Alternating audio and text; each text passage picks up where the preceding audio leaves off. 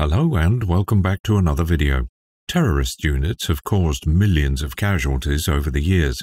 Among these dangerous organizations is Hezbollah, hailing from Lebanon. Their Unit 910 is widely regarded as one of the most formidable organizations in the world. So let's take a look at this covert action unit. Watch the entire video to see the incredible ending. Israel's biggest enemy. Israel has solidified its position in global politics for some time now. While the masses spend their time clashing with the Palestinians over Jerusalem and other cities, the politicians spend their time meeting politicians to strengthen their ties and build their reputation as a respectable entity in the United Nations. But they haven't been successful in winning over everybody. This is true, especially for Muslims who refuse to believe the Israeli state and continue to impose a threat to the Jews. With Israel's growing support from Western countries, the resentment and subsequent activities have grown substantially. For a long time, Muslims in the South Asian and Middle Eastern region have rebelled against Israeli activities and tried to harm their interests. In this regard, Hezbollah has been an active contributor. Hezbollah formed Unit 910, a special covert ops division of their rebellious organization. They've been working to harm the West and Israel's interests for more than 40 years now, and their operations have generated quite a debate worldwide. A number of dangerous attacks have been conducted by this unit successfully, and they're one of the most formidable criminal groups in the world. The history of 910. Unit 910 was formerly known as the External Security Organization. The group was created way back in 1982, when Hussein al-Khalil formed the special security apparatus of Hezbollah. While managing operations of their military groups, Hussein al-Khalil is now a political advisor to Hassan Nasrallah, the current group leader. After significant growth, the ESO gained control of Hezbollah's counterintelligence in 2008 from Iran's Quds force. With help from Lebanese intelligence, Hezbollah grew stronger financially to support the ESO's missions. Sources indicate that the counterintelligence unit of Hezbollah consists of two divisions. One is associated with the threats imposed by enemies worldwide, known as the al-Mudad. The second group, al-Hizb, protects the organization's leader and secures their integrity. The ESO is a distinct group of this unit that completes its missions outside Lebanon.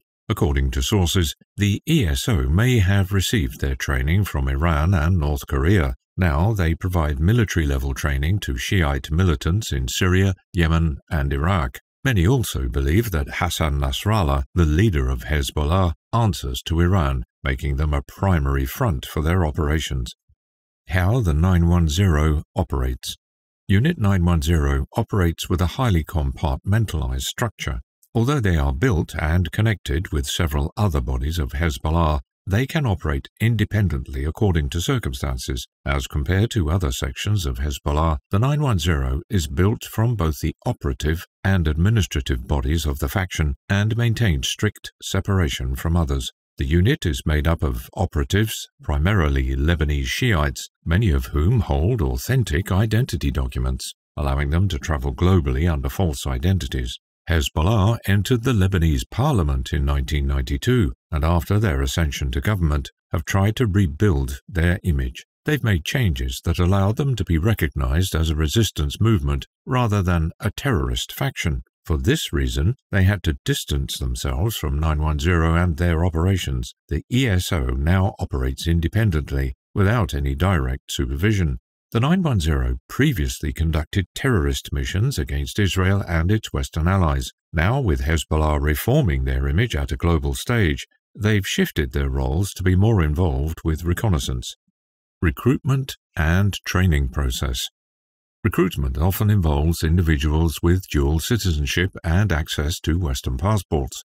The training process is rigorous and extensive, including military, intelligence, and ideological components, often conducted in secluded camps in Lebanon. Those recruited are placed in contact with other agents known as facilitators. They're either Lebanese who immigrated to the United States or other countries many years ago, or they may be natives that have converted to Shia Islam. with the intent to serve the purpose. Either way, the facilitators and the recruits are informed of the risks they'll be taking and how they'll be deserted if their identity comes out in the open. Those that are determined to serve their purpose are then taken for training in vans that have tinted windows for discretion. To avoid any information leaks, these facilitators cover the recruit's head until they reach the training sites.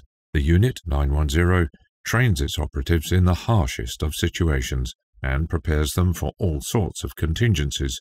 Their training is continued until they're formally known as operatives. Taking around 6 years, the training camps of Unit 910 are brutal and challenging. These recruits are schooled and trained in the areas of intelligence, military, and ideology. The ideology training lasts only 6 days, while the other aspects take up most of the time for these recruits. For the remaining period, these operatives learn the basics and advanced methods of intelligence trading, as well as weapons and explosives handling. They may also conduct field exercises with drills to develop the recruits' reflexes. The weapons training may deal with handguns, submachine guns, and even grenade launchers in drills. As for intelligence, the recruits are taught surveillance, counter-surveillance, and communication methods. They undergo severe and long interviews with foreign intelligence agents to develop their ability to survive under pressure and remain silent. Moreover, they may learn to capture photo and video intelligence without drawing any public attention.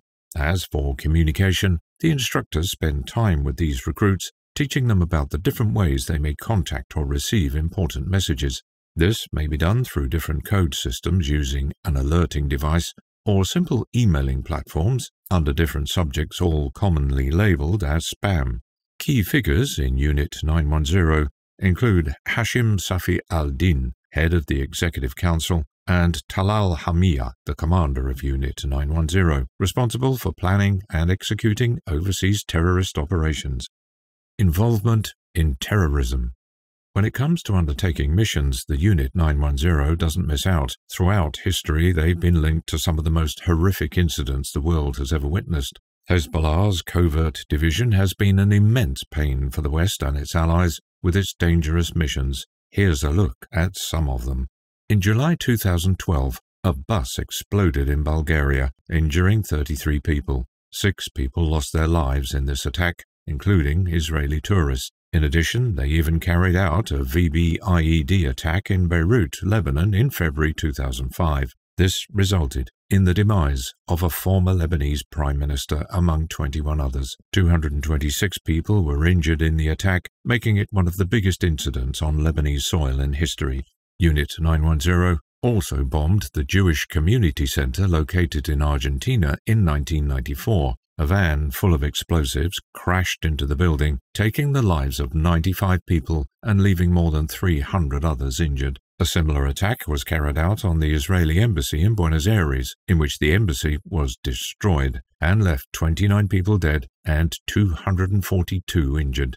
In June 1985, a Trans World Airlines flight was hijacked. Many American passengers were held hostage, and a U.S. Navy diver was killed in action. It's believed that Unit 910 conducted this operation. Previously, they had carried out 3 missions in Beirut aimed at American establishments, which left more than 300 Americans dead and around 220 injured.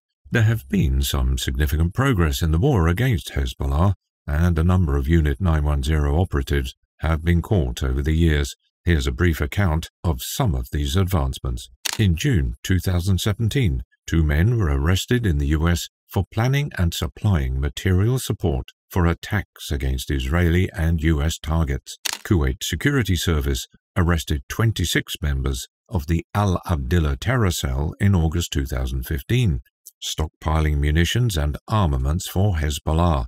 Cypriot authorities uncovered an ammonium nitrate cache under ESO supervision in August 2015.